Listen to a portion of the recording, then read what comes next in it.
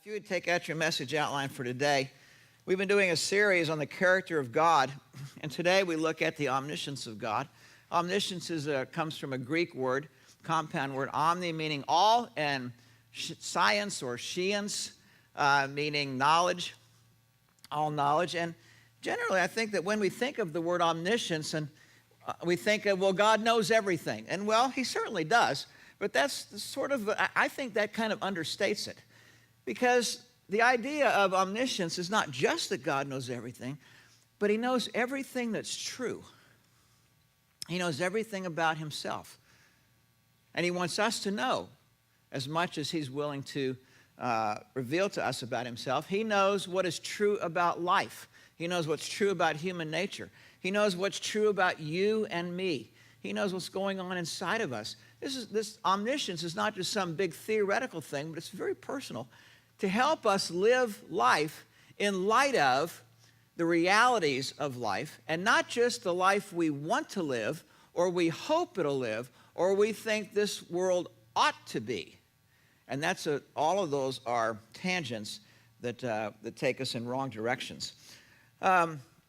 Proverbs 8 is an interesting chapter because it talks about, it sort of personifies wisdom. It puts it in the female voice and cries out to everyone to listen. Proverbs 8:1 says, "Does not wisdom call out? Does not understanding raise her voice?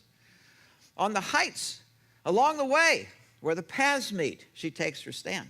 Beside the gates leading into the city, at the entrances, she cries aloud, 'To you, O men, I call out. I raise my voice to all mankind.' And she hopes that we will listen and take her seriously. To you who are simple," and that's a technical term in Proverbs, meaning the simpleton. And the simpleton is usually associated with people who are younger, teenagers and a little bit beyond that. But the simpleton is somebody who thinks that life just can't be that hard. It can't be that complicated. It's got to be easier than people make it out to be. And when reality strikes the simpleton, it shakes you quite a bit.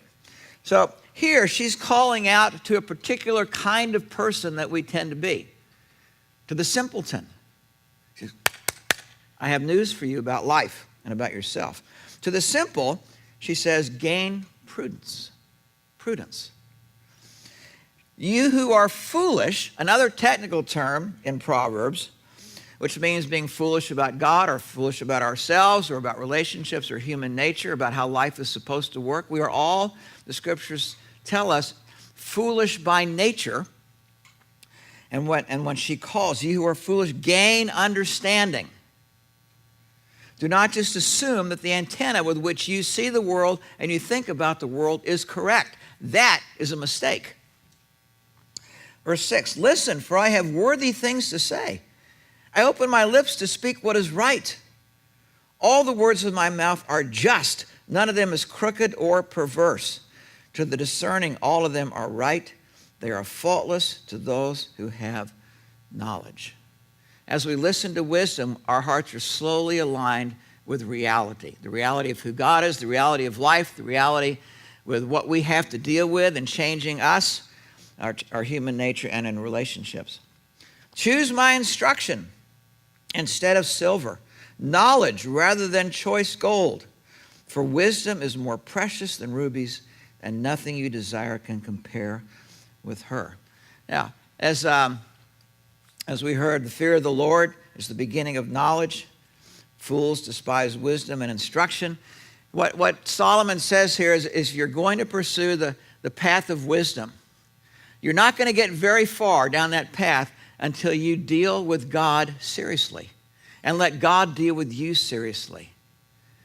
We're not going to get very far down that path if we go, "I believe God exists," but we're really living life according to our wisdom. If we try to do that, then whatever wisdom comes our way, we will filter through what we want to see, what we want to believe about life, what we want to believe about human nature and relationships. And if it goes against what we want to see and want to believe, wisdom will lose. The fear of the Lord opens the pathway. Humility opens the pathway. God, help me to see life as it really is in myself. Now, Wisdom has a lot to do with everyday life, and there are some great verses that are in your handout.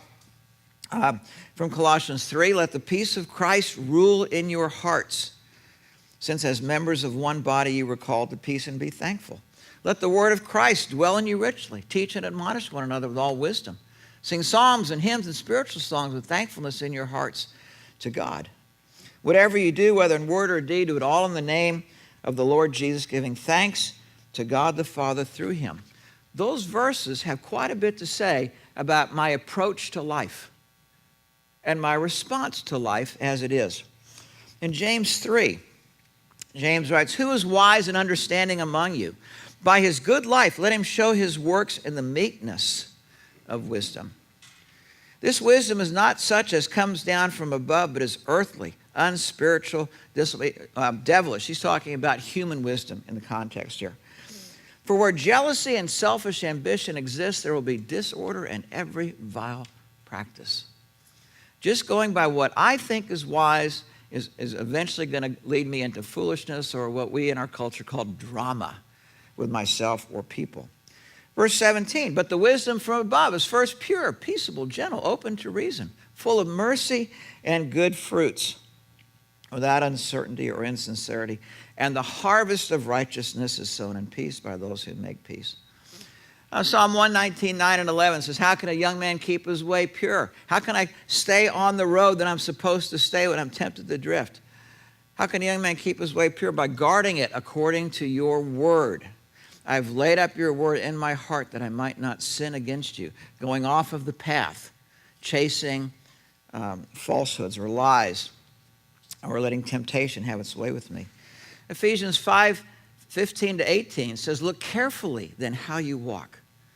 Not as unwise, but as wise, making the most of your opportunities, for the days are evil.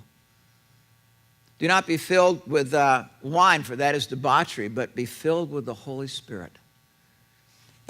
Colossians 1, 9 through 12 was a great prayer that Paul prayed for the Colossians after he helped start the church there. He's writing back to them, and he says, this is his prayer. So from the day we heard of it, we would not cease to pray for you, asking that you may be filled with the knowledge of his will, in all spiritual wisdom and understanding, to lead a life that is worthy of the Lord, fully pleasing to him, bearing fruit in every good work. This is the road of wisdom. And then he adds something we're not all that excited about praying for. May you be strengthened with all power according to his glorious might, for all endurance and patience with joy.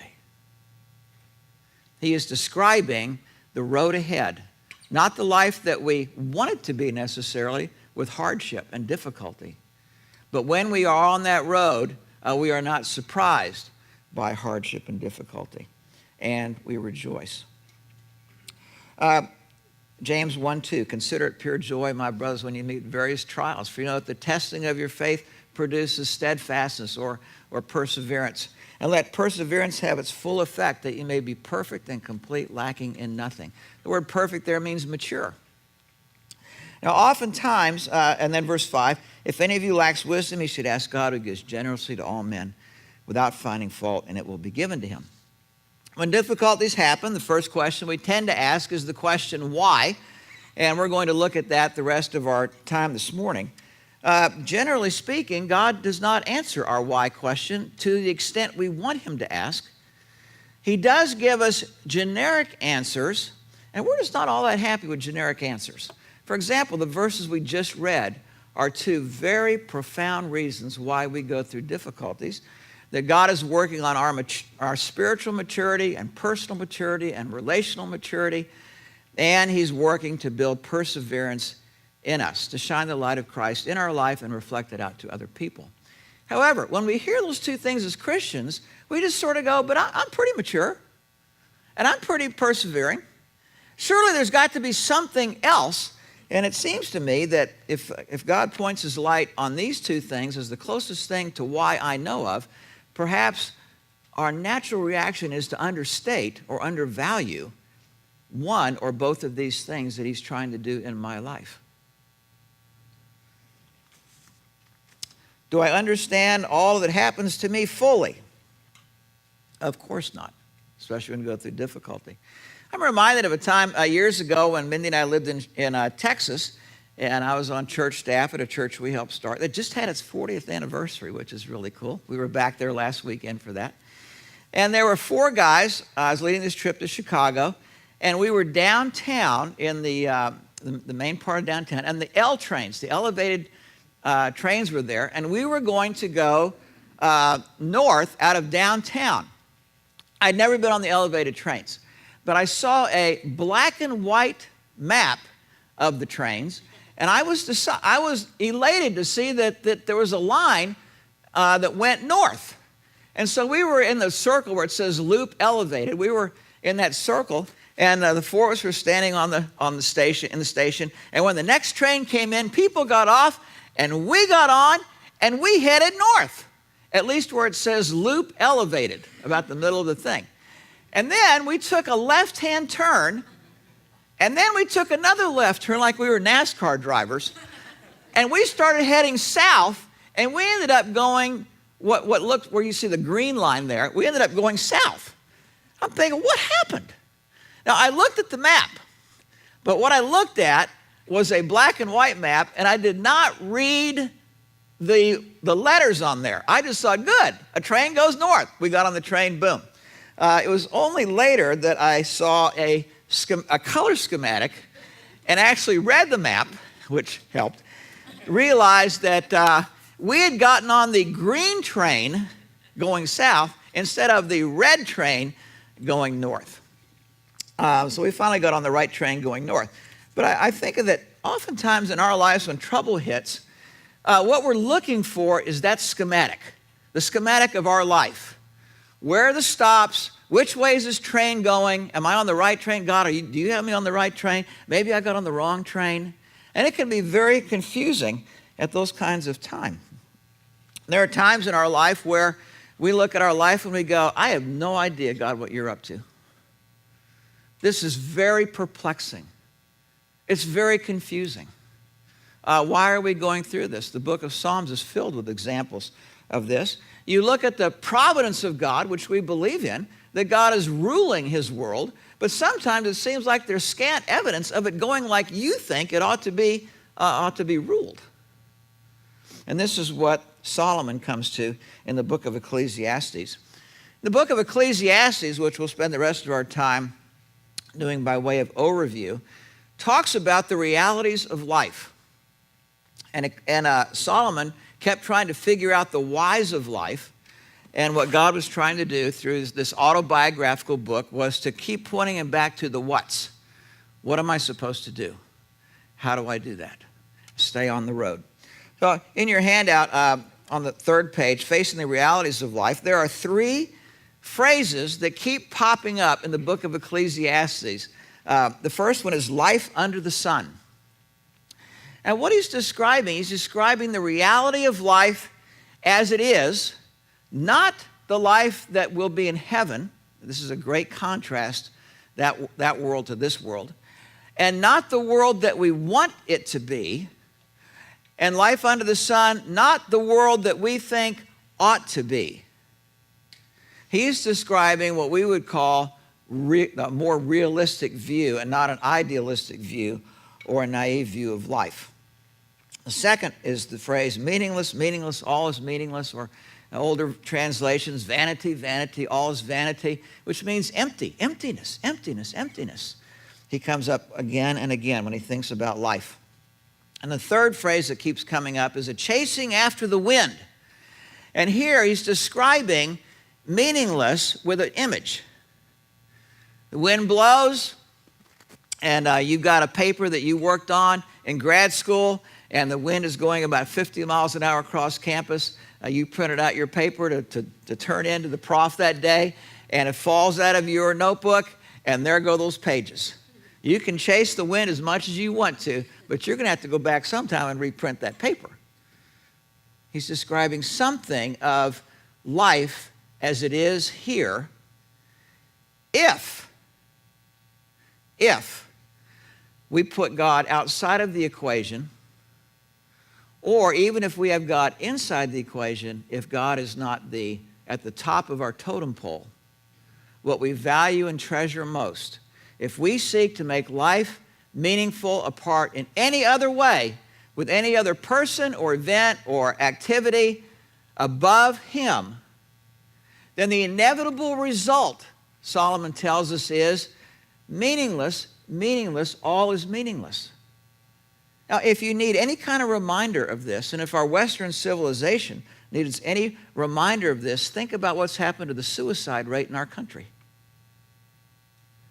This is partly, as most of the time you hear on the news, partly a reflection of mental health issues. That's partly true. But it's also people who have no mental health issues, but have run into the realities of life that no matter what they try to put at the top of that totem pole, it's not enough. There's not enough meaning there. And when you've run through every option you can think of to put at the top of that totem pole and nothing is working, you come to a place where you say, like Solomon, meaningless, meaningless, all is meaningless. Ecclesiastes 1 says, the words of the teacher, son of David, king in Jerusalem. Meaningless, meaningless, says the teacher. Utterly meaningless. Everything is meaningless. What does man gain from all his labor at which he toils under the sun? And the first several chapters of Ecclesiastes are examples of all the ways that Solomon tried to make life work without having God at the top of the totem pole in his heart. And he tried wealth, and he tried ranches and farms and herds and cattle. He tried women. He tried parties. He tried alcohol and wine. You name it. He tried it all. And he had the resources to make it happen. And yet what he's saying in this autobiographical book that really comes over a period of many years, he's saying, don't make the same mistake I did. Don't live with the illusion that somehow you can figure out how to make meaning in life without God being at the top of the totem pole. Don't do it. You're going to come to this conclusion. Verse 12. I, the teacher, was king over Israel in Jerusalem. I devoted myself to study and to explore by wisdom all that is done under heaven. What a heavy burden God has laid on men. Meaning, I never imagined life would be as hard as I have found it to be. Even with all of his resources, he found this to be very much more difficult than he imagined. Verse 14, I have seen all the things that are done under the sun. All of them are meaningless, a chasing after the wind. Now, God answers as he's going to explain in this book. There are times when God explains the why, but only to a limited degree. And part of the reason why I think God does that with us is that if we chase the why, particularly as Christians, and understood everything that was going on, we would be as proud as peacocks, and nobody would want to relate to us at all. We'd be one of those awful know-it-all Christians that just nobody wants to be around. Instead, he's after something else. He wants us to ask the what question and the how question. He wants us to be dependent on him, to delightfully dependent on him like a child depends on his father and mother, and to center our life on him. Ecclesiastes 7:5 goes through some of the different verses that as Solomon looked through his eyes and looked at life, he found very perplexing. Chapter 7, verse 15. In this meaningless life of mine, I have seen both of these. A righteous man perishing in his righteousness, and a wicked man living long in his wickedness. And he goes, how does that happen? Why doesn't God do something about that particular thing? That doesn't seem right. The question that Solomon wants to ask is, why? On the back of your handout, chapter 3, verse 16, I saw something else under the sun. In the place of judgment, wickedness was there. In the place of justice, wickedness was there. So he looked at the court system in his own country, and he saw things that weren't right. Injustice was allowed to continue, and sometimes people paid a price for something that was not their fault, like Joseph in the Old Testament. Chapter 1, verse 17, I applied myself to the understanding of wisdom, also of madness and folly, but I learned that this too is a chasing after the wind. The more he tried to understand wisdom, he kept running into a block, that he just could not get past that block no matter how hard he did. God is ruling. We know that to be true, but sometimes, from our point of view, it looks to us like God is hiding somewhere, or he's holding back information that we wish we had. I think as Christians, sometimes we think, but now that I'm inside the stadium, God's stadium, that now we get insider information that those outside the stadium are not looking to. And this insider information is going to clear up all of those things that I have questions about, and the question and the answer to the questions of why that I have. And then about the time that we think we're right on the verge of that, reality hits. Just like it does everybody else. We come into that brick wall. Ecclesiastes 11:5 says, as you do not know the path of the wind, or how the body is formed in a mother's womb, so you cannot understand the work of God, the maker of all things. Again and again and again, the scriptures point us not to being able to understand and explain all the mysteries of life and how God is working providentially and sovereignly, as Lance led you all last week to understand. But the scriptures point us to different questions. What am I to do? What is my duty? Why am I here? And some of the songs we sang this morning were magnificent answers to those questions. There are a few verses that I have in your handout. The last two verses of Ecclesiastes is sort of his summary. After living the course of his life for several decades, and trying to figure all this stuff out, he says, now all has been heard. He's at the end of his research. He draws a conclusion. Here's the conclusion of the matter. Fear God and keep his commandments, for this is the whole duty of man. For God will bring every deed into judgment, including every hidden thing, whether it is good or evil. He draws us back to the what. What am I to do?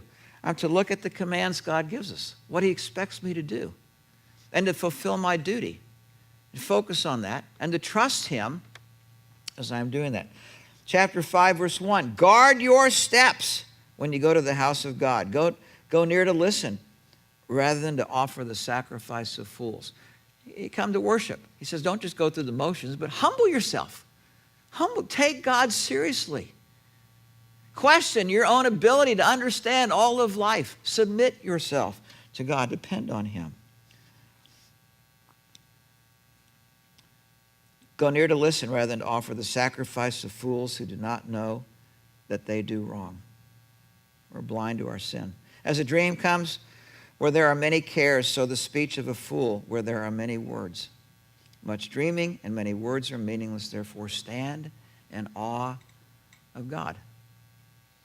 And 9, verse 10.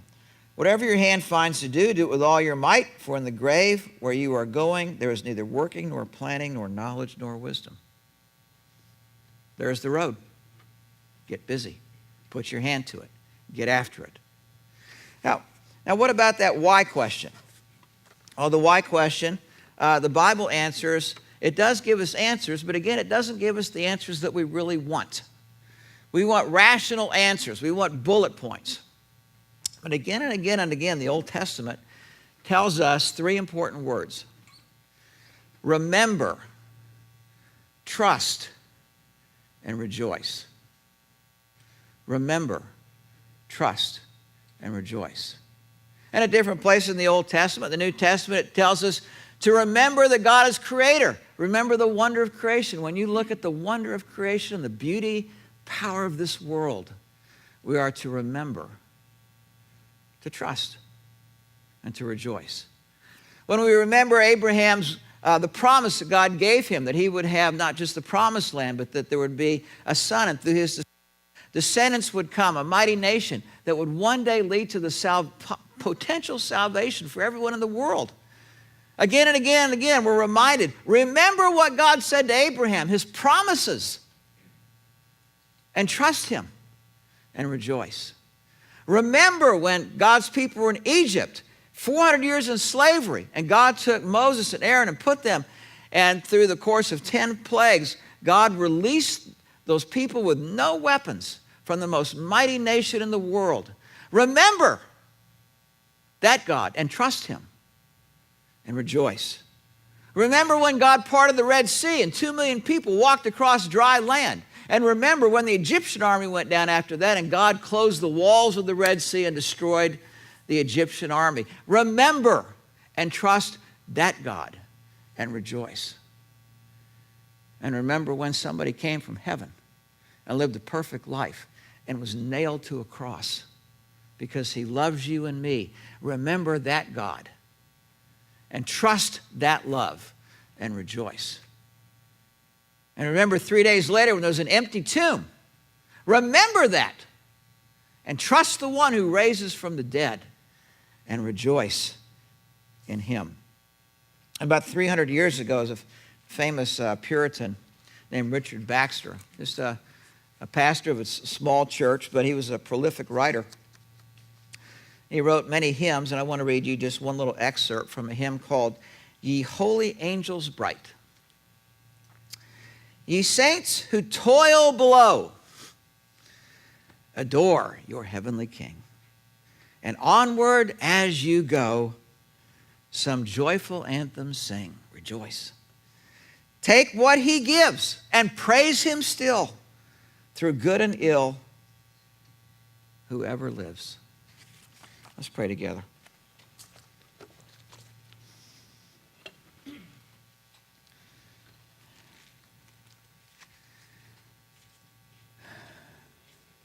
Oh God, our Father, you are omniscient. But it's not enough just to know everything, but what you know of everything is true. And what we need is your eyes to see the reality of the world as it is, not just as we want it to be or as we think it should be, and then to kick against you when it doesn't fit our version of reality. Help us to humble ourselves and to put you at the top of the totem pole that resides in our heart, to value you, to depend on you, to treasure you as our topmost treasure. And help us to hear the answers to the questions that we should be asking. What do you want us to do? And how do we do it?